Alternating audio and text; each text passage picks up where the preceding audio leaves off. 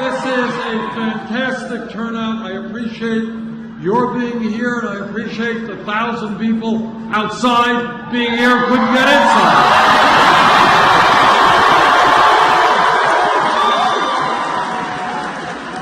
Let me thank Jonathan Brostoff for that vibrant introduction. He has warmed you up, I could see that.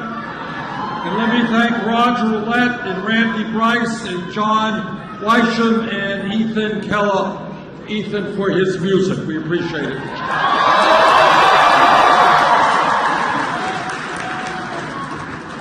I am delighted to be here in Milwaukee. As you may know, we are kind of on a roll. Our campaign has momentum. We have won.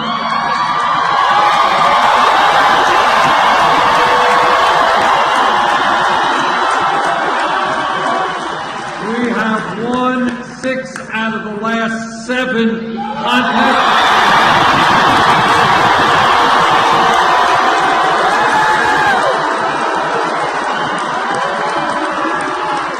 And with your help, next week we'll make it 7 out of 8.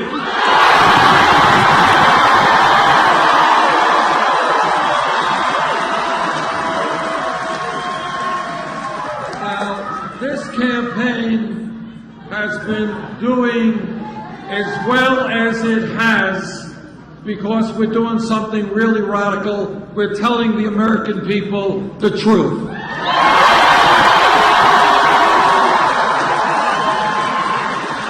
What we are telling the American people is think outside of the box.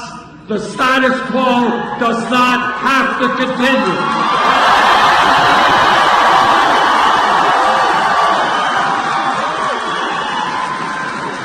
You know, when we began this campaign 11 months ago, we were considered a fringe candidacy. Well, a lot has changed in 11 months.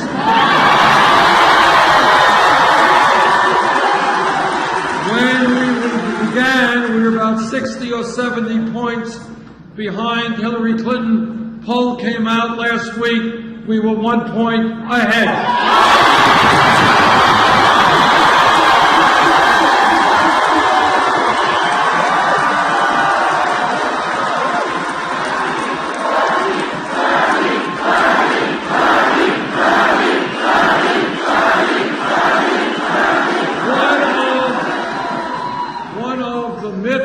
That's being perpetrated is that we cannot win a general election. Listen to this.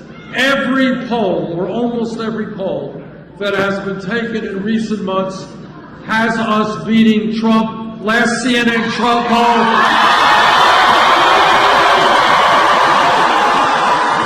Last CNN poll had us up over Trump by 20 points.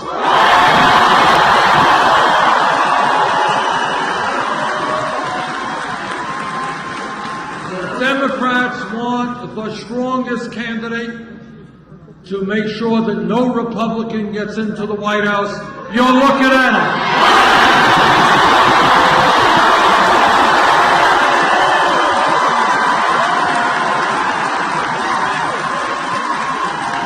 Now let me also tell you what no other candidate for president will tell you, and that is, given the reality of politics and economics in America today, no candidate, no president, not Bernie Sanders or anybody else, can do it alone.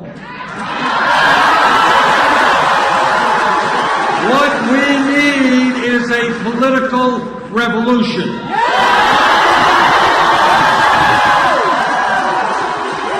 What we need are millions of Americans, many of whom have given up on the political process, others who have never yet participated in the political process, to stand up now, fight back, and demand a government that represents all of us, not the 1%.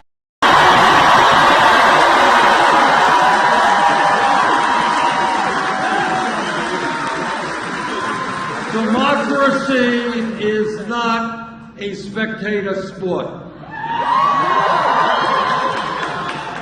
Watching the Green Bay Packers is a spectator.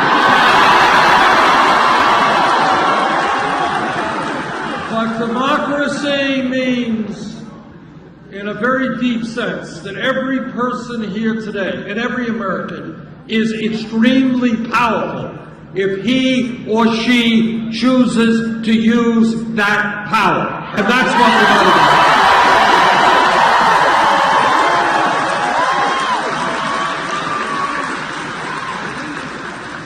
Which takes me to the issue of democracy, voting rights, and your governor, Scott Walker.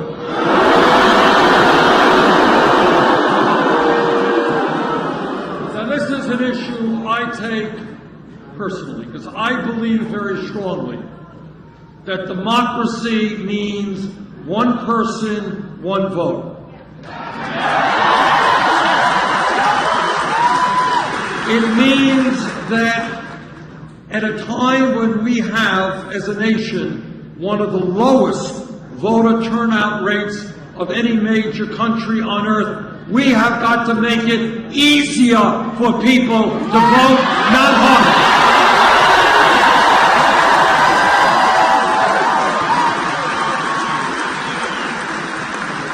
And I think it is clear to me and to any thinking person that what Governor Walker and other Republican governors all over this country have done is try to suppress the vote, make it harder for low-income people, old people, young people to participate.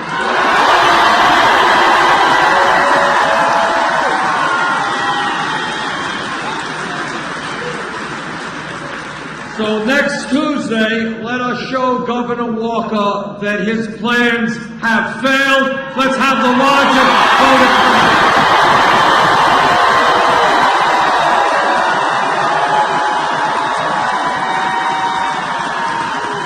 You know, in Vermont, I have run for office a number of times. Sometimes I've lost, sometimes, most of the times, I've won. But here's the point. It has never occurred to me, not for 1 second, to try to figure out a way to keep people from voting because they might be voting against me.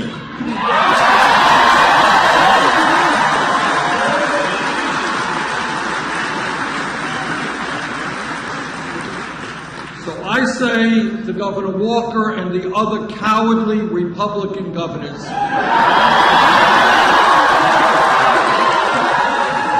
if you are afraid of a free and fair election, get out of politics, get another job.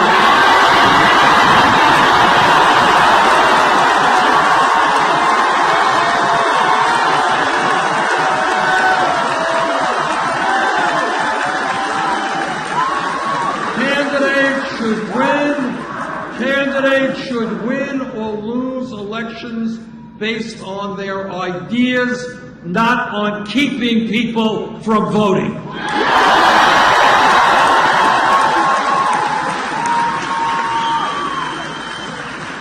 Governor Walker wants to destroy the trade union movement. I want to expand the trade union movement. I believe that when unions thrive and negotiate good contracts, every American worker benefits. If elected president, we will make it easier for workers to join unions, not harder.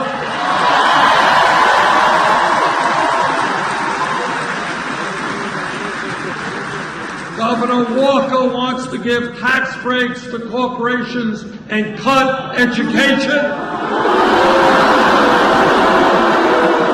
I want to do exactly the opposite, expand education.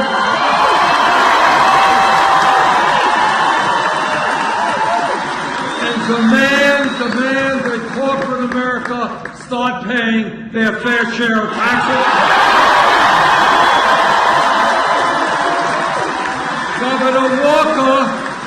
Governor Walker has received significant funds from the Koch brothers.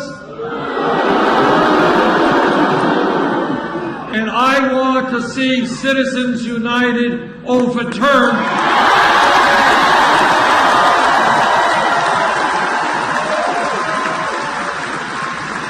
So that the Koch brothers and their billionaire friends cannot buy politicians and buy elections.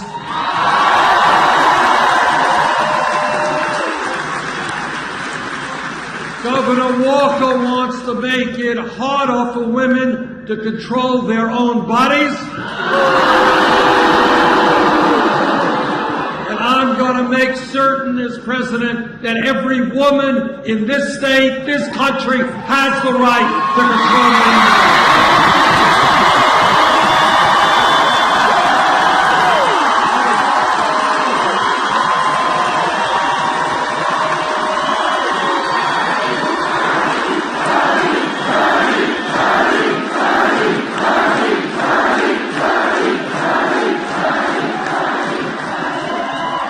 Governor Walker has slashed the budget of Planned Parenthood. I will expand the budget of Planned Parenthood.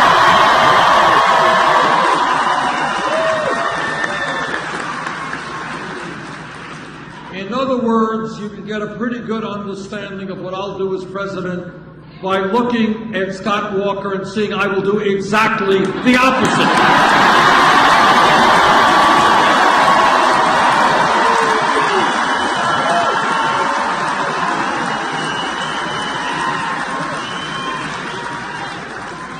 I am sure there are areas we agree on, but I just haven't seen them yet. This campaign is doing as well as it is because we are listening to the American people and not wealthy campaign contributors.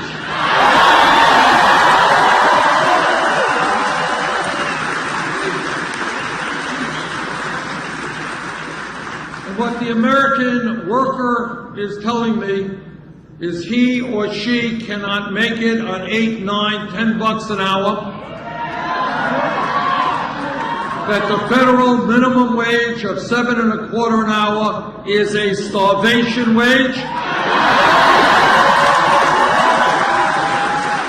which is why we are going to raise the national minimum wage to $15 an hour.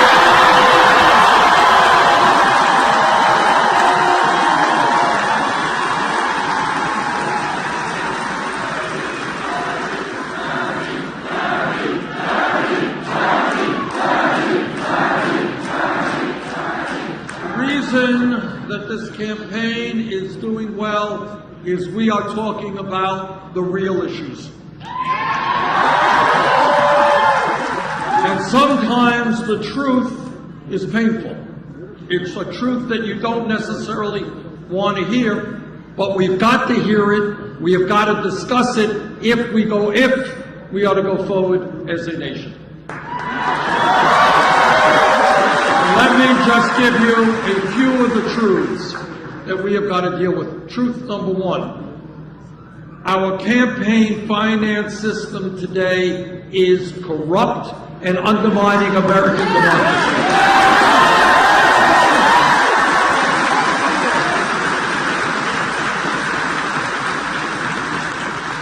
Democracy is not a complicated system. It means one person, one vote. You gotta vote, you gotta vote, you gotta vote. It does not mean billionaires like the Koch brothers spending hundreds of millions of dollars to support candidates who will protect the interest of the wealthy and the powerful.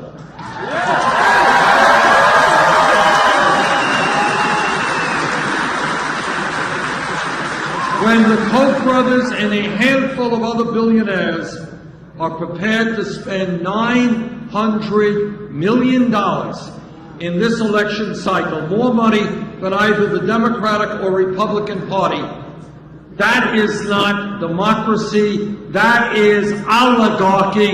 We will not accept that.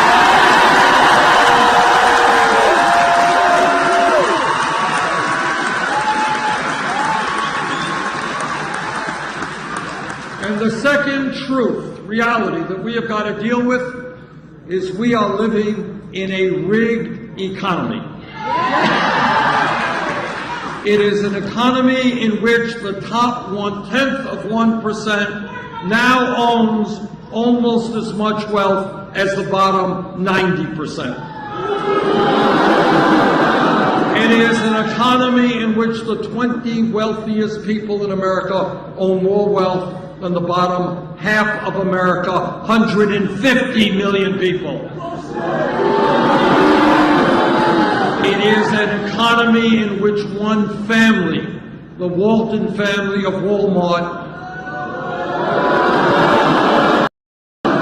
one family owns more wealth than the bottom 40% of the American people.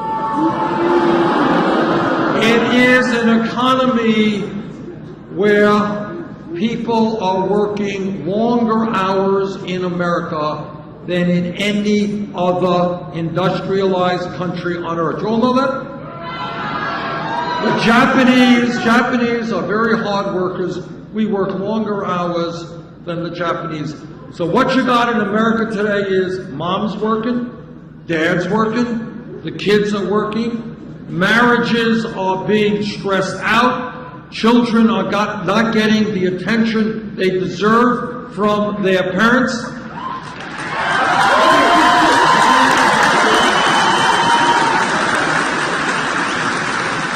And despite the fact that we're working so hard, 58% of all new income generated today goes to the top 1%. Are you guys ready for a radical idea? We're going to create an economy that works for all of us, not just the 1%.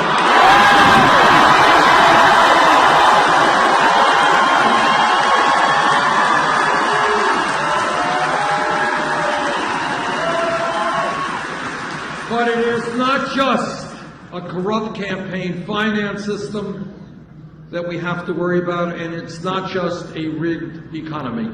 We also have got to deal with a broken criminal justice system.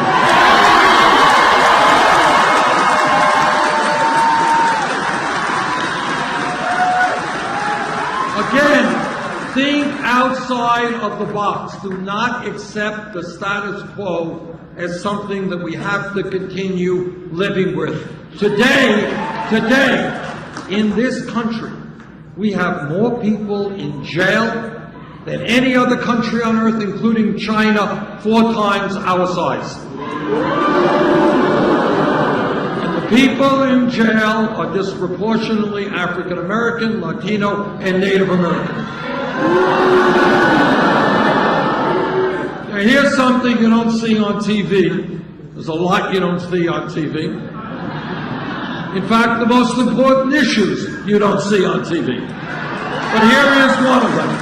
Here is one of them. Today in America, youth unemployment is off the charts. For high school graduates between 17 and 20, if the kids are white, unemployment rate, real unemployment rate, 33%, Latino, 36%, African American, 51%. So here is radical idea number 2. We're going to invest